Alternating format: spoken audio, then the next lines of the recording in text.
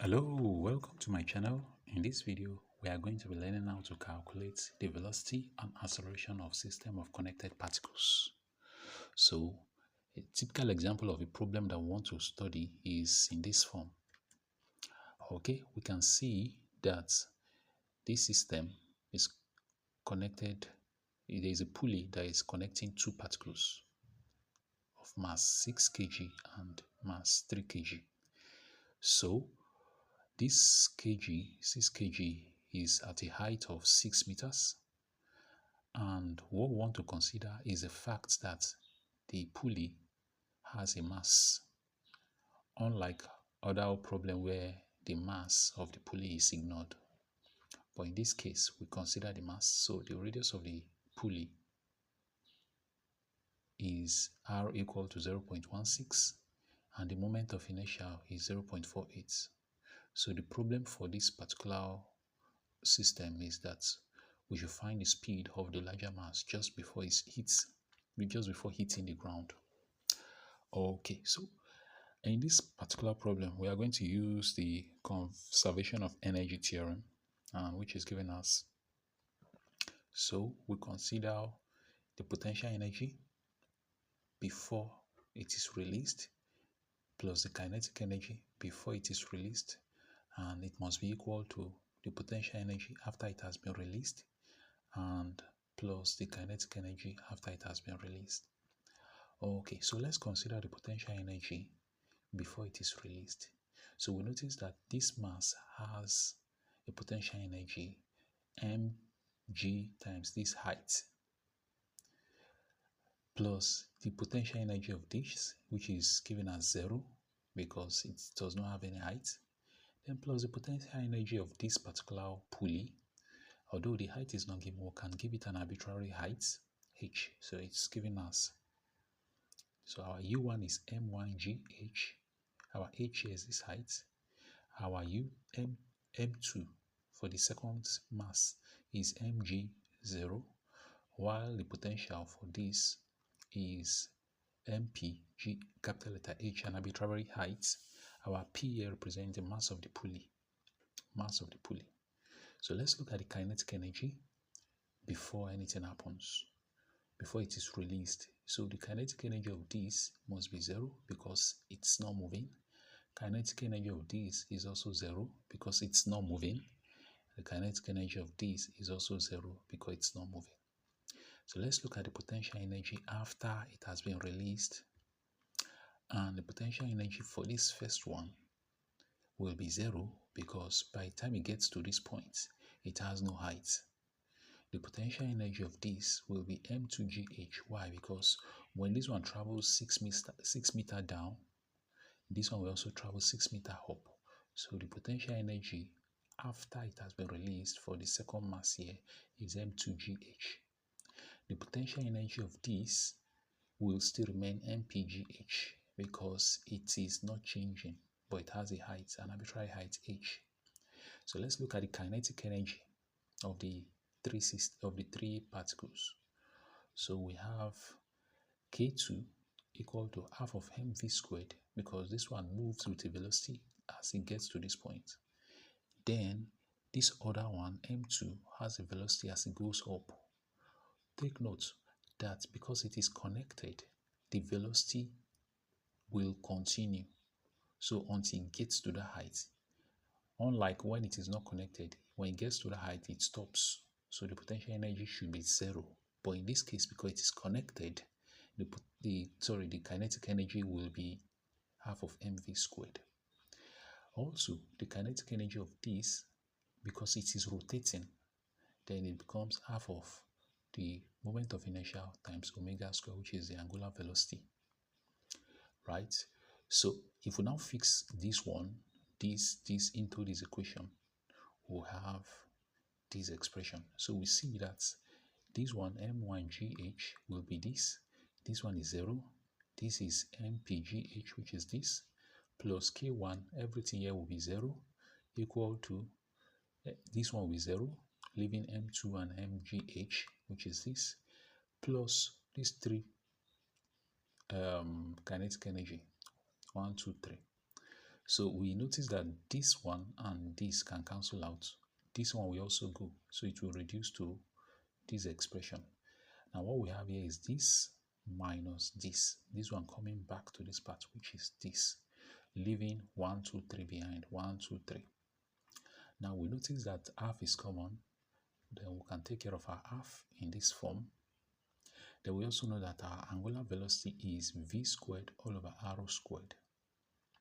Right? So from here we can simplify and get this expression. We can factorize our v out, v squared out. Then we can send this one to the bottom and make v squared the Soviet formula.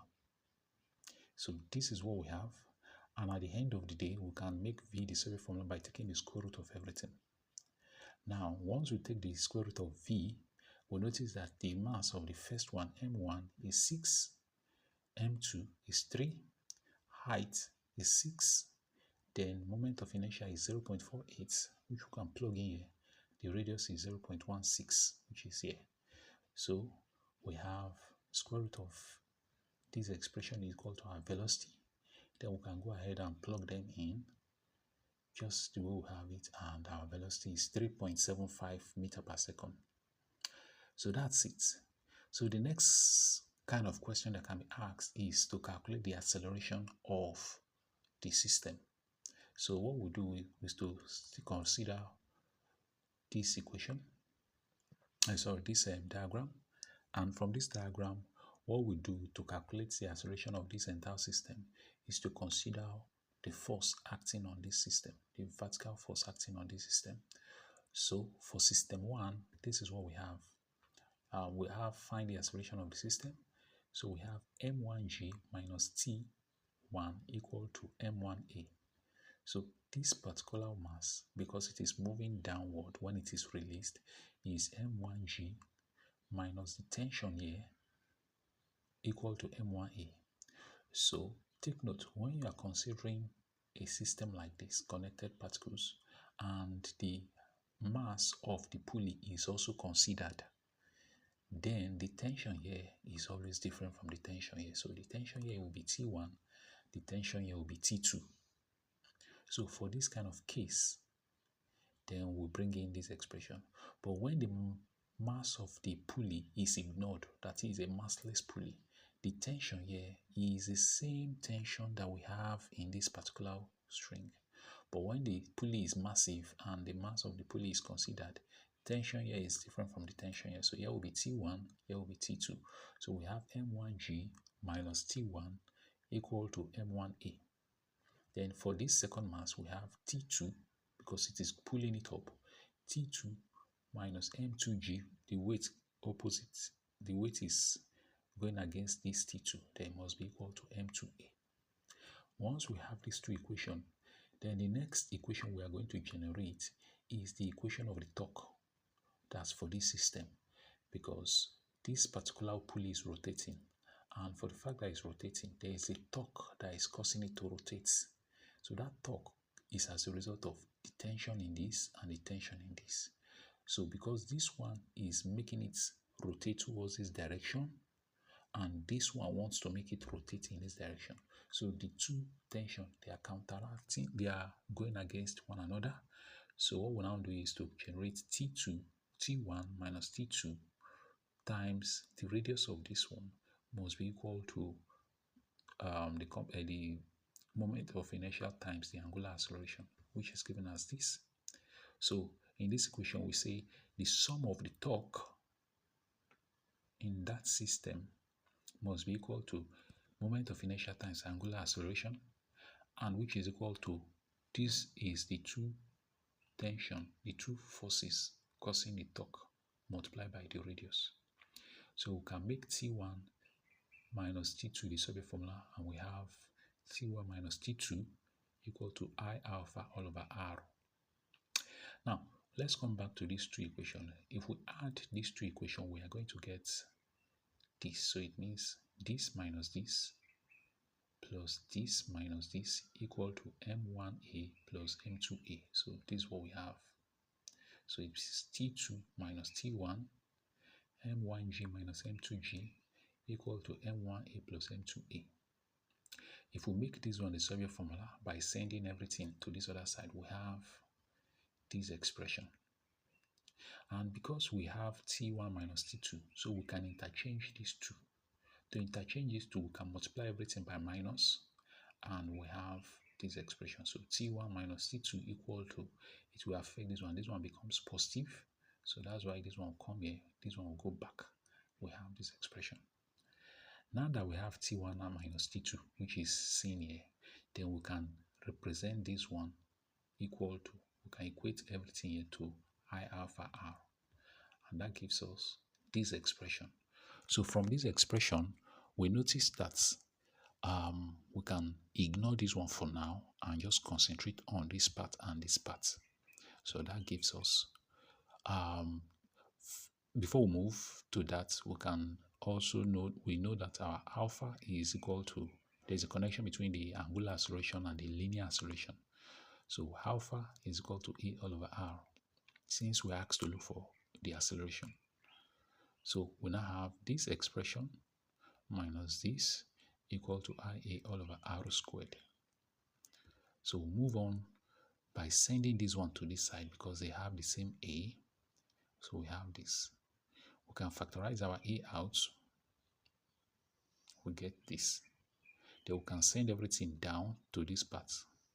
We get this.